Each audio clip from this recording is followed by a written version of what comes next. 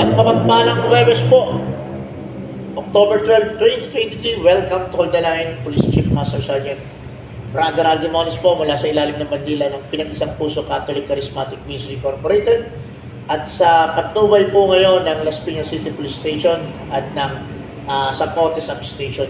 Nais po magbahagi.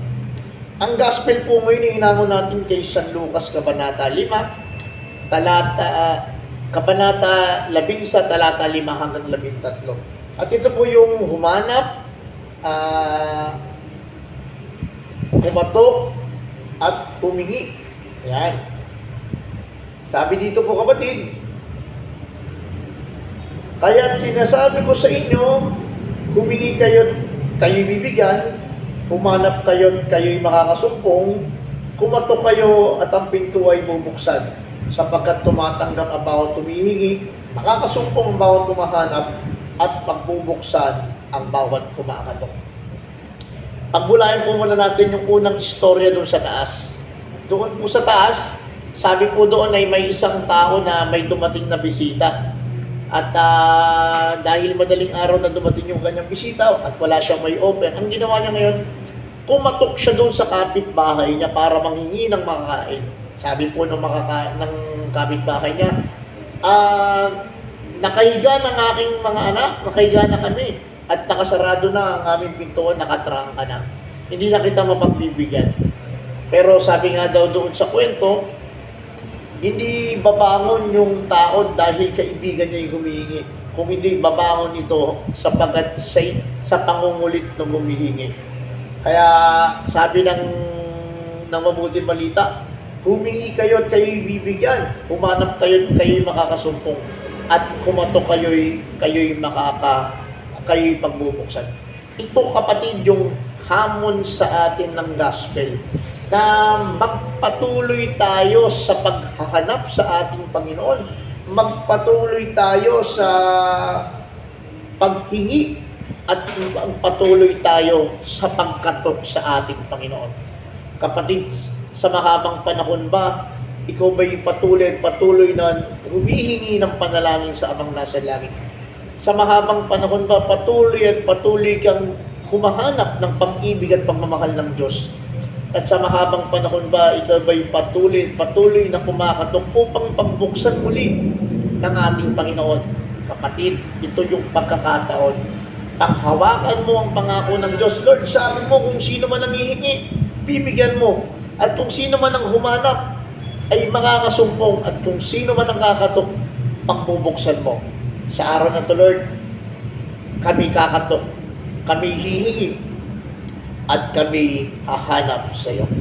Kapatid, ang huling paalala sa atin ng Panginoon, laging tumutugon ng Diyos.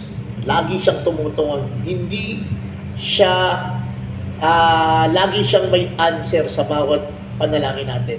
At ang sabi nga, ano yung tugon ng ating Panginoon? Pag sinabi niyang yes, ibig sabihin nito, makakabuti ito sa iyo. Pag sinabi niya namang no, ibig sabihin nito, makakasama sa iyo ito kaya hindi niya ibibigay. At yung pangatlong tugon niya, ito yung tawag natin na wait, hintay. Baka niluluto pa ng Panginoon yung pinaka-best na recipe para sa iyo. Upang nang sa ganun, pag dumating yung pagkakataon at dumating na ibibigay na sa iyo kung yung hinihiling mo, sakto sa oras, sakto sa panahon, sakto sa sitwasyon, at sakto na pagkakataon para sa iyo. Kapatid, patuloy tayong manalangin, patuloy tayong humingi, patuloy tayong humanap, at patuloy tayong kumatok sa kapangyarihan ng Panginoon. The Father, Son, the Holy Spirit, Amen. Lord, kami kakatok sa puso mo. Palagi ka namin hahanapin at palagi kaming ihiling sa iyo.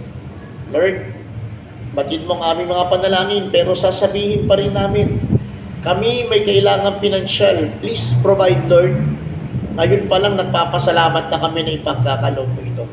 Lord, meron may sakit sa tahanan o kami may sakit, pagalingin mo kami, Panginoon. Dahil ikaw yung Diyos na nagpapagaling. Lord, kami nagkamali, patawarin mo kami. Iayos mo, Panginoon, yung mga nagawa naming pagkukulang at pagkakamali. Panginoon, sa araw po nito, patuloy kaming sasamba, dadakila. At Lord, itinataas na rin namin sa iyo ang bawat plano namin, ang bawat iniisip namin, sa anak namin, sa hanap buhay namin, sa career namin. Bless mo po kami, Panginoon, upang sa ganun maging blessing po kami sa aming kapwa. Sinusurrender na po namin ang lahat ng ito na may pagpupulit na salamat sa matamis na pangalan ni Jesus, aming Panginoon. Amen. Sa pangalan ng Ama, ng Anak at ng Banal na Espiritu. Amen. Kapatid, mula pa rin po dito sa Las Piñas City Police Station, sa panguna po ng aming Chief of Police, Police Colonel Jaime Osig Santos, at sa gabay po ng aming Substation Commander, Dino Paulo Ramos, Police Major Dino Paulo Ramos. Patuloy po kami nagpapaalala at nagsabi, just hold the line, hawakan po natin lagi ang salita ng Diyos. Babush! God bless!